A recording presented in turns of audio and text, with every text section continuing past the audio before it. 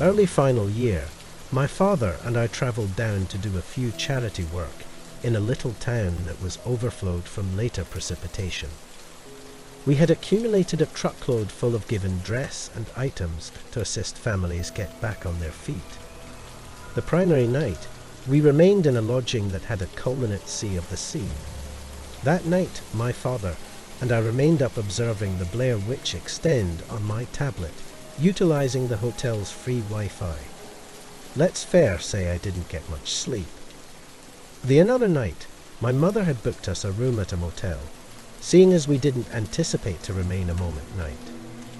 It was 100 meters absent from a trailer stop, and the property ignored an expansive lake.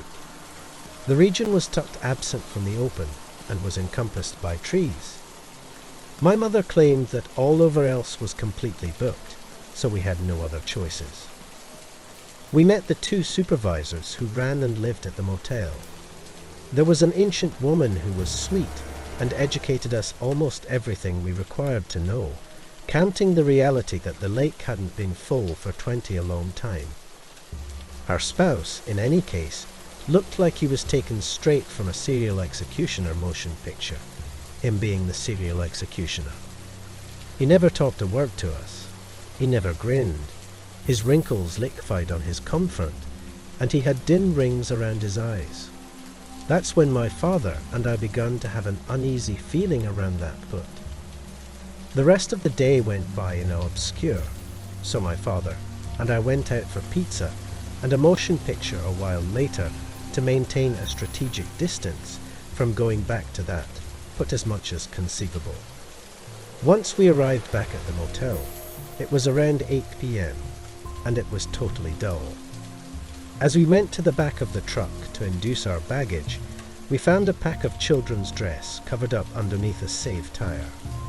We started to walk the sack over to the trailer stop, considering that a family might get great utilize out of it, when I felt the sudden courage to go back to the motel, seeing as we observed a frightening motion picture final night, coincidentally about teenagers experiencing a witch within the woods.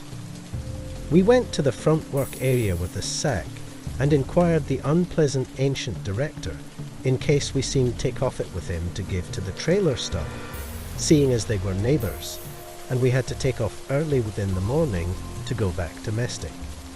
His eyes broadened, and he shook his head, whereas saying, "No, there's no way in hell I deny to go there." At that point he strolled off. Father and I fair looked at each other, saying with our eyes, "What the hell fair happened?" We at that point chosen to drop it off within the charity container back domestic. We went to rest once we had all our showers, which was almost an hour or so afterward. I particularly remember waking up at 2:17 a.m. since of Dad's wheezing. I remained up perusing a book on my phone, my body confronted towards the entryway. I moreover keep in mind hearing cars speeding up and down the carport that night. I let the thought slide, considering it was fair a few folks goofing off. That presumption afterward vanished after I taken note a shinning blue light appear through the splits on the best and foot portion of the entryway, and quiet whispers coming from the other side that I was incapable to disentangle. I was as well frightened to indeed move. I was solidified within the spot. My heart was beating in my throat, and my hands were shaking, and our cruel actually shaking. I listened the entryway handle start to shake, and that's when I knew that this wasn't gonna conclusion well. The light at that point vanished, taken after by total and express hush. I was still solidified in that spot for another 3 minutes, which felt like hours. Sometime recently I woke up Father and told him everything that had happened. He at that point giggled and clarified to me that prior within the night he couldn't rest due to hearing scratches within the dividers right close to our bed. I was confounded and didn't accept him until he put his finger to his lips, whereas saying, "Shit, do you listen that?" Everything went noiseless, until I listened brief scratches coming from our bed outline. I shot out of the bed and told Father that we required to take off, so we cleared out the room key on the bed, whereas sneaking off to the truck. We finished up taking off at 2:32 a.m. Never will I ever go close that motel ever once more. Long story brief, my ex-girlfriend and I had a lovely unstable relationship, and we didn't get along very often. We were on this end of the week trip within the mountains, fair to go touring and climbing, since we thought it would be great for us, but hit the fan within the lodging room on the moment night, and fundamentally, I couldn't rest within the same room as her. Rather than getting another lodging room for myself for like $150, I drove actually down the street to a motel and stopped there to remain for division of the price. My rationale was, on the off chance that I cleared out for the night and gave her time to cool off, perhaps things would be way better by morning. I got a room for, I'm not lying, $50 for the night. When I was strolling towards my room, the room following entryway was wide open. As I passed, I looked interior, and it was lit up by the blue gleam of the TV screen, in spite of the fact that from the point I was at, I may not see what was on the screen. I didn't see anybody interior, but at that point once more, I didn't halt to see like a weirdo. I continued to my room. It was a humble, normal-looking motel room for the price. Fair a queen-size bed with a normal tasteless flower bed cover, a TV, and a couch. I wasn't truly tired, so I fair laid with the TV on and played diversions on my phone for a wearers. There was some weird commotion from what I thought was coming from the TV, so I turned it off, but the clamour continued. It wasn't the TV. So, I got up and tuned in and realised it was coming from the room following entryway. I couldn't tell in case it was a battling couple, in the event that it was the TV from following entryway, or in case it was the sound of somebody passing on. It was fair, fantastically suppressed. At this point, I had nothing else to do but to undertake and go to rest. But at that point, there was a slamming on the wall, the divider isolating the two rooms. I got up and went closer to the divider, and it happened once more. It was without a question somebody on the other side beating on it with their clenched hand. Why were they doing this? I can't say I wasn't a small cracked out, but I had to fair be a man and stand up to them. I went over another entryway. Shockingly, the entryway to the room was still open, and the TV was still on, but there was no sound. I thumped on the open entryway, inquiring on the off chance that there was an issue, or in the event that somebody required offer assistance. There was no reaction. I might indeed see that the lavatory entryway was open and the light was off. I ventured into the room gradually, cautiously. When I cleared the divider blocking the sea of the couch and the bed, and still saw no one, I fair stood there all confused like. I went closer to the TV to see at what precisely was on the screen. It was fair a clear blue screen, but there was a sticky note on the screen. It had composing on it. I picked it off the screen. It said, "Check beneath the bed." I dropped the note and ran out of the room, hammering the entryway. I ran back to my room and made beyond any doubt to two-fold bolt the entryway with the chain bolt. I crept into bed and texted my sweetheart, telling her what fair happened, which I was freaking out. She called me instantly, and I begun telling her over the phone. As I was mid-explaining it, there were more blasts on the motel room divider. She listened it clearly since I put it on speaker. I begun freaking out, and she told me to run to my car or to the front work area. I chose to run to the front work area so I may get my cash back. I told the fellow at the front work area that he ought to go to the room another to mine and kick the individual out. But he looked at me and cleared out and said that there was no one remaining on either side of that room. He appeared to know promptly that they were both empty. I told him he must check it out, which I required my cash back. So he went with me with a key to the room in his hand and opened the entryway. But presently the TV was off, and the room was dull. He strolled interior and checked beneath the bed, as the note had said. Indeed, the post-it note that I dropped on the floor was gone. He denied to discount me, but it was $50. I didn't care. I cleared out and went back to the inn to my sweetheart, and was happy to embrace her and rest within the same bed as her. I do not know what I seen in that motel room. I do not know who or what was beneath that bed, and I do not need to know. Amid a street trip, I was passing through Ohio. It was around that time I was beginning to urge languid behind the wheel, so I halted within the little town called Xenia. I looked for an inn or motel, and found this put called Xenia Nation Motel. It looked a small run down, but so did this entirety town, in case I'm being fair. Additionally, all I required was a night's rest, nothing favour. So I stopped within the park and went to the small front office, which was within the front corner of one of the two buildings to the motel. There was an ancient man sitting there perusing the paper.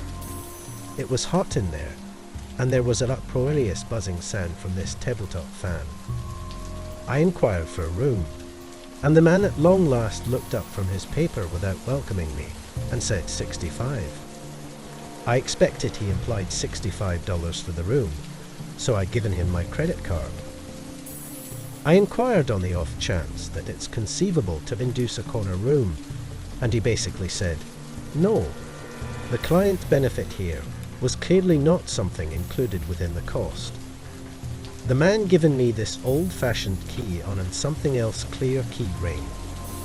They still didn't utilize key cards at this point. I walked over the stopping parcel to my room. The door was really difficult to open. I had to shimmy the key a small fare to urge it to at long last turn. Some time recently strolling in, I looked around the part.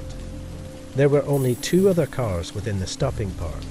It was a phantom town.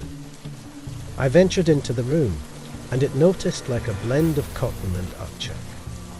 I pondered in case I ought to go back and inquire for a diverse room, but I realized by the sea of this put, all the rooms likely noticed. The room was little, and had a blue, grimy, worn-out looking carpet, a love seat, a little coffee table, and a bed. I closed the entryway and attempted to bolt it, but I was having trouble, more inconvenience than I did opening it. After almost 30 seconds of shimmying, and nearly popping a blood vessel attempting to open it, I felt I may have broken it. But when I attempted opening the entryway, it wouldn't open. So indeed, in spite of the fact that the entryway wasn't completely bolted, as long as the entryway wouldn't open, that's all that mattered, I figured. I crept up within the bed, and I listened all the old springs squeaking as my weight pushed into the sleeping cushion and the bed outline.